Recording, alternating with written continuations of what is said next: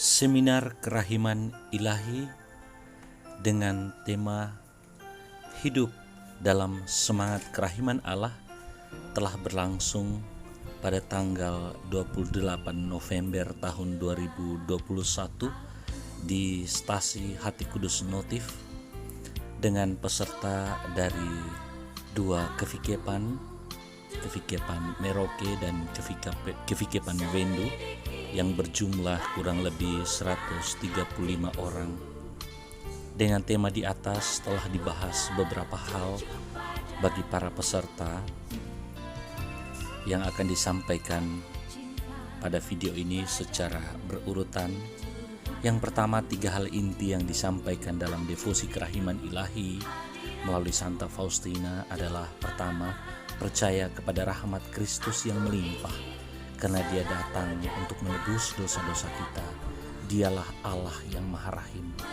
Yang kedua, meminta dan mendapatkan kerahiman Allah. Dan yang ketiga adalah menunjukkan kerahiman Allah kepada sesama melalui tindakan belas kasih. Pentingnya melaksanakan pesan kerahiman ilahi ini telah disampaikan oleh Tuhan kita Yesus Kristus melalui Santa Faustina, bahwa devosi ini merupakan sebuah sarana belas kasih, dan itu perlu kita lakukan melalui banyak langkah konkret dalam kehidupan kita. Kita tidak hanya menggantungkan lukisan kerahiman ilahi di rumah kita, atau mendaraskan koronka setiap jam 3, atau menerima komuni kudus, tapi juga kita harus menunjukkan belas kasih kepada sesama, dan itu merupakan sebuah keharusan. Sebagaimana dikatakan dalam Injil Matius bab 5 ayat 16, demikianlah hendaknya terangmu bercahaya di depan orang, supaya mereka melihat perbuatanmu yang baik dan memuliakan Bapamu yang di sorga.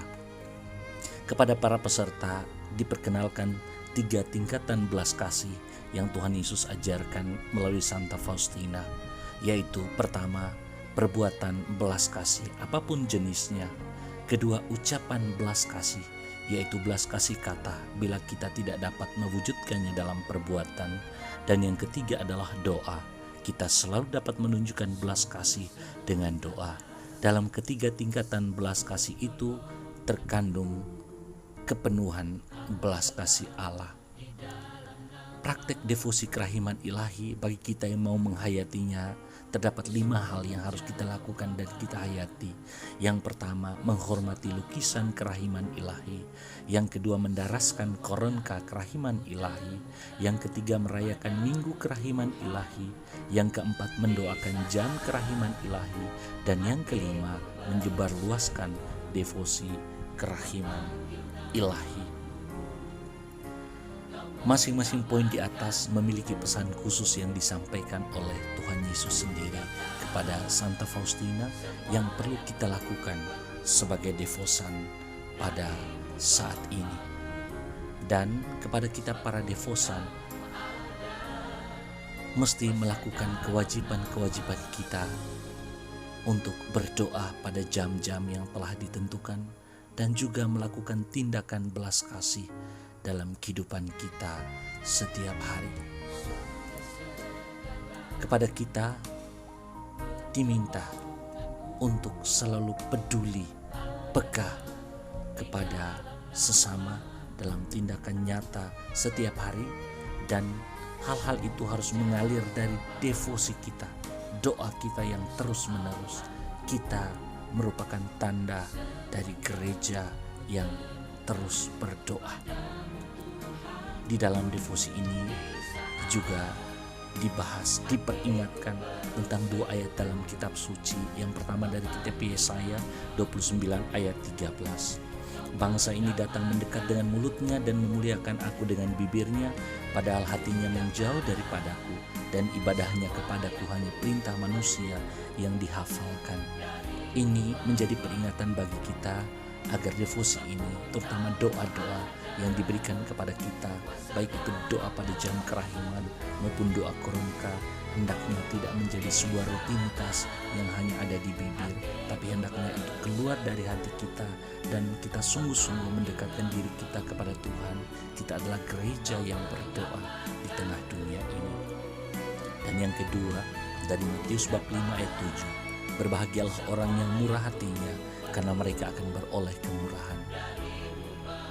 Apabila kita memandang lukisan juru selamat yang maha rahim, atau berhenti untuk berdoa pada jam 3 sore, atau mendaraskan koronka, apakah hal-hal itu mendekatkan kita kepada hidup sakramental gereja yang sejati dan membiarkan Tuhan mengubah hati kita?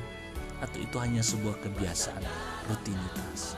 Itu menjadi peringatan bagi kita agar kita tidak hanya menawarkan sebuah doa bibir kepada Tuhan, tapi hendaknya kita mewujud nyatakan secara sungguh-sungguh dalam hidup kita setiap hari. Dan pada akhirnya devosi ini harus mengingatkan kita semua akan visi, yaitu mempersiapkan dunia untuk kedatangan Tuhan yang kedua kali. Dan kita harus wujud nyatakan dalam misi setiap hari yang harus kita lakukan dalam hidup nyata, yaitu perubahan sikap, kehidupan setiap hari, kehidupan menggereja, iman, harap, dan kasih yang terus bertumbuh bagi Tuhan dan kepada sesama. Dan puncak dari devosi ini adalah kita semakin dekat kepada Tuhan dan berbelas kasih kepada sesama. Semoga Tuhan Yesus Kristus, Raja yang Maha Rahim, memberkati kita.